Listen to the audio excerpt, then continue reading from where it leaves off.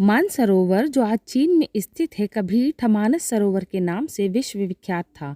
उसमें रहने वाले हंस तो नीले आकाश में सफ़ेद बादलों की छटा से भी अधिक मनोरम थे। उनके कलक सुंदर नर्तकियों के नुपुर ध्वनियों से भी अधिक सुमधुर थे। उन्हीं सफ़ेद हंसों के बीच दो स्वर्ण हंस भी रहते थे। दोनों हंस बिल्कुल एक जैसे ही दिखते थे और दोनों का आकार भी अन्य हंसों की तुलना में थोड़ा बड़ा था। दोनों सामान्य रूप से गुणवान और शीलवान भी थे।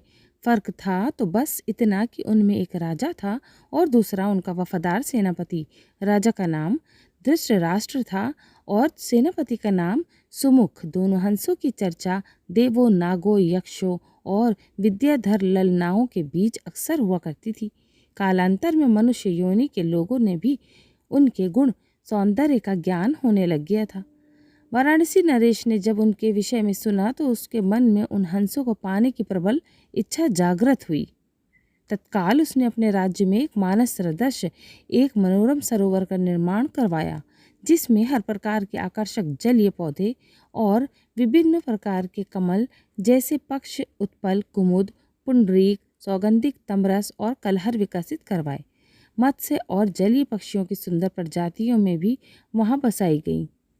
साथ ही राजा ने वहां बसने वाले सभी पक्षियों की पूर्ण सुरक्षा की भी घोषणा करवाई, जिससे दूर दूर से आने वाले पक्षी स्वच्छंद भाव से वहां विचरण करने लगे। एक बार वर्षा के बाद जब हेमंत ऋतु प्रारंभ हुआ और आसमान का रंग बिल्कुल नीला होने लगा, तब मानस के दो हंस वाराणसी के ऊपर से उड़ते हुए जा रहे थे।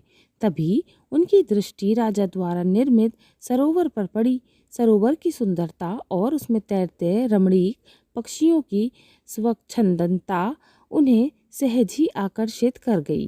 तत्काल वो नीचे उतर आए और महीनों तक वहाँ की सुरक्षा और सुंदरता और स्वच्छंदता का आनंद लेते रहे। अंततः वर्षा ऋतु के प्रारंभ होने से पूर्व फिर मानस को प्रस्थान कर गए। मानस पहुंचकर उन्होंने अपने साथियों के बीच वाराणसी के कृत्रिम सरोवर की इतनी प्रशंसा की कि सारे के सारे हंस वर्षा के बाद वाराणसी जाने को तत्पर हो उठे। हंसों के राजा युधिष्ठिर और उसके सेनापति सुमुख ने अन्य हंसों की इस योजना को समुचित नहीं माना। युधिष्ठिर ने उनके प्रस्ताव का अनुमोदन न करते हुए ये कहा कि पक्षी और जानवरों की एक प्रवृत्ति होती है, वो अपनी संवेदनाओं को अपनी चीखों से प्रकट करते हैं, किंतु जंतु जो कहलाता है मानव बड़ी चतुराई से करता है। अपनी भंगिमाओं का प्रस्तुत जो होता है उनके भावों को ठीक विपरीत। फिर भी कुछ दिनों के बाद हंसराज को हंसों की जिद के आगे झुकना पड़ा और वहाँ वर्षा ऋतु के बाद मानस के समस्त हंसों के साथ वाराणसी को प्रस्थान कर गया। जब मानस के हंसों का आगमन वाराणसी के सरोवर में हुआ और राजा को उसकी सूचना मिली तो उसने अपने एक निषाद को उस दो विशिष्ट हंसों को पकड़ने के लिए नियुक्त किया। एक दिन युधिष्ठिर जब सरोवर की तट पर स्वच्छंद भ्रमण कर रहा था, तभी उनके पैर निषाद द्वारा बिछाए गए जाल पर पड़े। अपने पकड़े जाने की चिंता छोड़कर अपनी तीव्र चीखों से अपने साथी हंसों को तत्काल वहां से प्रस्थान करने को कहा, जिससे मानस के सारे हंस वहां से क्षण मात्र में अंतर्धान हो गए। वो रह गया तो केवल उसका एकमात्र वफादार हम शक्ल सेनापति सुमुख। हंसराज ने अपने सेनापति को भी उड़ जाने की आज्ञा दी, मगर वो दृढ़ता के साथ अपने राजा के पास ही जीना मरना उचित समझा। निषाद जब उन हंसों के करीब पहुंचा तो वो एक आश्चर्यचकित रह गया, क्योंकि पकड़ा तो उसने एक ही हंस को था, फिर भी दूसरा उसके सामने निर्भीक खड़ा था।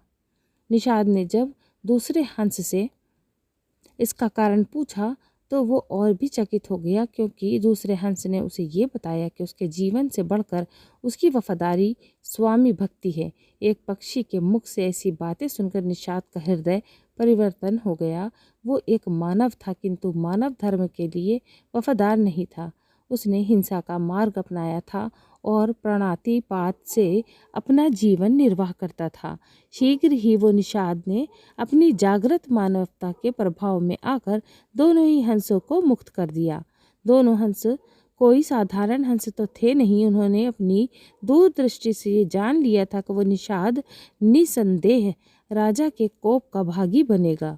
अगर निषाद ने उसकी जान बख्शी थी तो उन्हें भी निषाद की जान बचानी थी।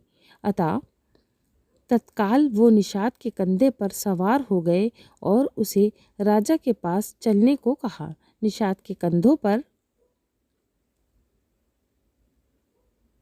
सवार जब वो दोनों हंस राज दरबार पहुंचे तो समस्त दरबारीगण चकित हो गए। जिन हंसों को पकड़ने के लिए राजा ने इतना प्रयत्न किया था वो स्वयं ही उसके पास आ गए थे। विस्मित राजा ने जब उनकी कहानी सुनी तो उन्हें तत्काल ही निषाद को राजदंड से मुक्त कर पुरस्कृत कर दिया। उसने फिर भी ज्ञानी हंसों को आतिथ्य प्रदान किया तथा उनकी देशनाओं को राज दरबार में सादर सुनता रहा।